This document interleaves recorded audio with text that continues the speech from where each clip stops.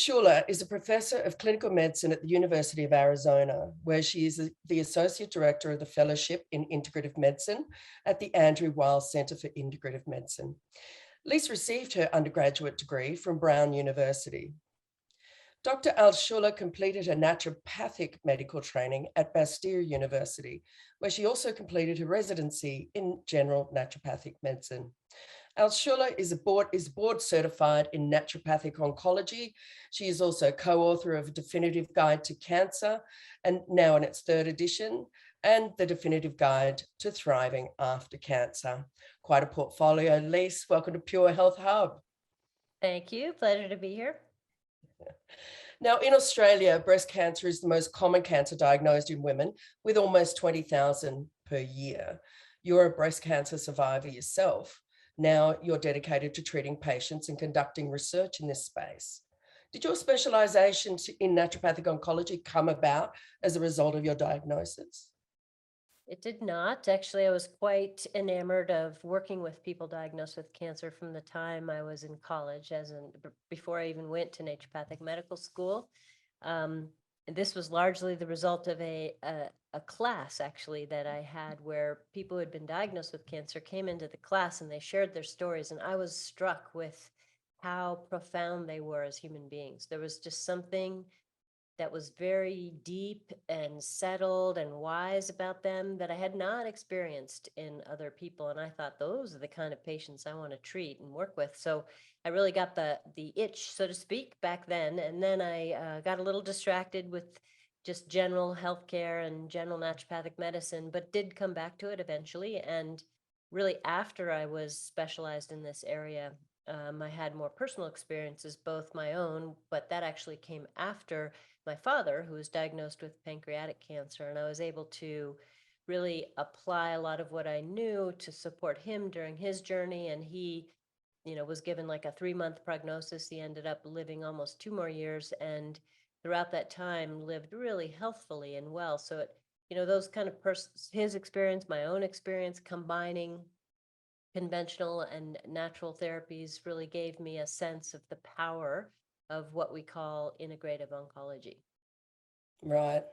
It's no better learnings, really, is there?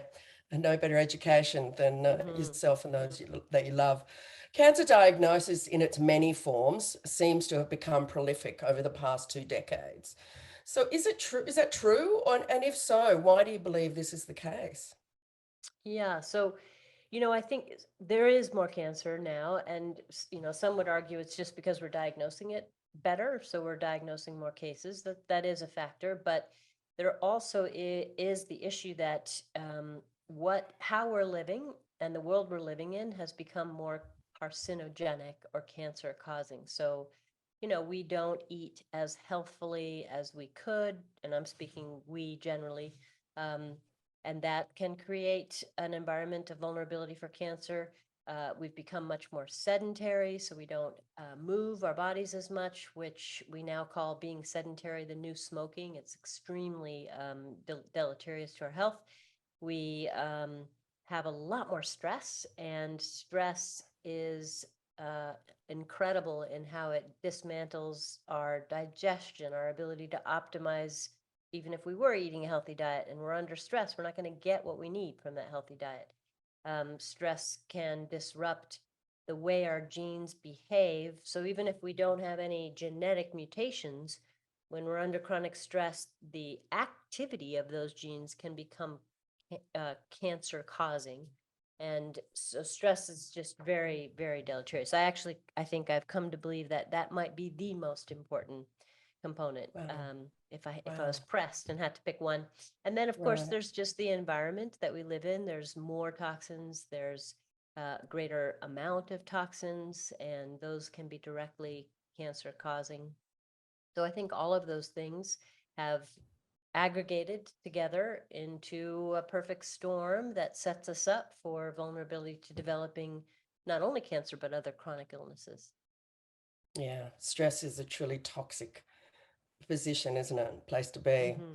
So could food additives and production methods and farming practices that have changed also be to blame? So this is a question. I actually was, I believed this, but I had no real strong data to prove that that was the case until a few years back when a very large study was published that showed very clearly that the more ultra processed foods, which are essentially packaged foods with ingredients we can't pronounce, if they were in our kitchen, we wouldn't know how to cook with them, that ultra processed foods and the amount that we consume is directly linked to an increased risk of cancer, particularly, interestingly, breast cancer.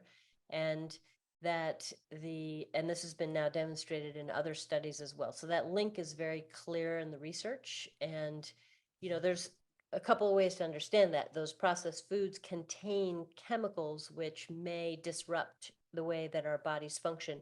Perhaps they're damaging our DNA and causing mutations, but they certainly are contributing to inflammation or to immune dysregulation, which in turn creates vulnerability to cancer.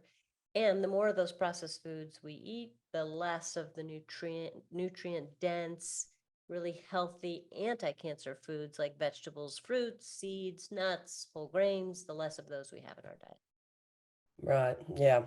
Yeah. So it has so much to do. So it's not just about the mutation. It's about it can be combined elements. So then let's talk about what are the 5 key influences to causing cancer, but equally, what are the preventative practices or strategies we should incorporate into our daily lives to Yeah, reduce so the risk of developing?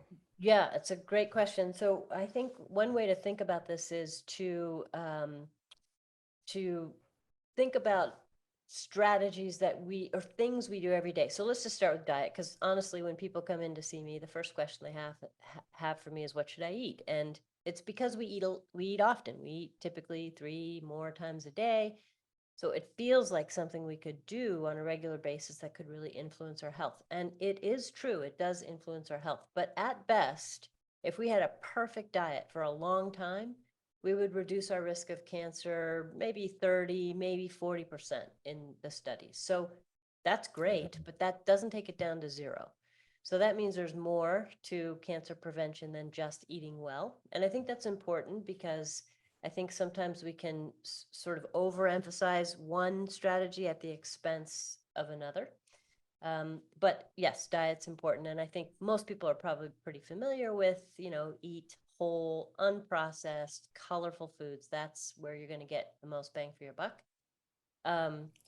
So right next to that is exercise. And I think exercise is hugely impactful. You mentioned breast cancer. So if we just look at breast cancer, if you were to exercise for at least 30 minutes at a moderate intensity 5 days a week, you reduce your risk of breast cancer. Even if you've had it already, you reduce its risk of recurrence by up to 50%. That's Wow, half. That's huge. that's And what we now significant. know is, yeah, it's amazing. And the more intensely you exercise and the longer you exercise, the greater the benefit. To a Yeah. point, you don't want to be like crazy about it, but Yeah. essentially what I talk to my patients about is finding the edge of their fitness, and where in that edge may change over time, but staying at that edge. And so that Mm. means exercise should always be a little challenging, but fun, Yeah. of course. So we keep doing it. So with Yeah. diet, exercise, No, sorry, go on. um, I think another really key one is stress management. And I would kind of put into this sort of maybe spiritual or kind of rejuvenation, all of that sort of, I'm going to mush all together. But um, when we are stressed, we disrupt so many things in our body. We have less functional immunity.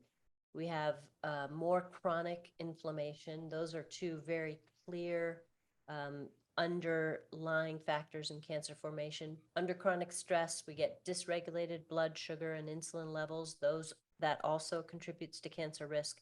So stress is like the thread that we pull, and it just unravels our health. And so managing stress becomes really critical. And how we manage our stress, I think, is interesting. So we can, do a mindfulness practice for sure. That's been shown to lower stress hormones and help to kind of reinstate the stress response system to a healthier place. but we can also do more spiritually based practices. Like, for example, when we engage in a feeling of gratitude, we actually change the way our genes express themselves. So we change the activity of our DNA, and we change it in a way that favors health and disfavors disease, just by experiencing in a deep, meaningful way a sense of gratitude. So I think that when we think about stress management, it's an opportunity to really dive deep and to think about lots of ways we can optimize our health and well-being. Yeah. Stress, I mean, it's just getting worse. With all these things are supposed to make our lives easier, and yet, the 24 hours on call and everything else, raising families, trying to be a good sister, brother, mother, it incorporates, it's really taken its toll. But it's super important, right, to remind everybody that stress can be the number one toxin, I guess, Yeah, running yeah, and around in your body. yeah, for sure. I mean, and you raise a good point, which is that, people might be listening to this or watching this and thinking, yeah, I've heard that before, but hey, you don't know what my life's like. It's crazy. Yeah. And but I haven't yet met somebody who is unable to find little ways to change the degree or the nature or their perception of stress, whether it's, taking little gaps between things and inserting, mindful breaths, or like I just said, changing an attitude and approaching things with a different perspective. Um, Yeah. so I think that it doesn't have to be that you have to sit and meditate for an hour, but I think No. that anything we do can be impactful. Well, that's what I say about the exercise too, right? Obviously, the more the better, but at least if we're moving for 30 minutes every day for, 5 or 6 days, Yeah, it's a great place to be, even if that's as far as you go. I think it's important to just remind. Some people sort of obviously go, well, I can't do some, so I won't do any. yeah, Which, because you get caught. And as someone who lived under enormous stress for a number of decades, I'm finding coming out the other side.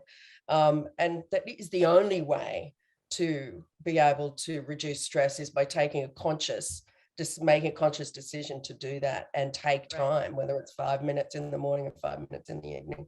Wow, Yeah. Lise, your work in naturopathic oncology is globally recognized and invaluable to our holistic health education. Thanks so much for all you do, and thanks so much for joining us. My pleasure.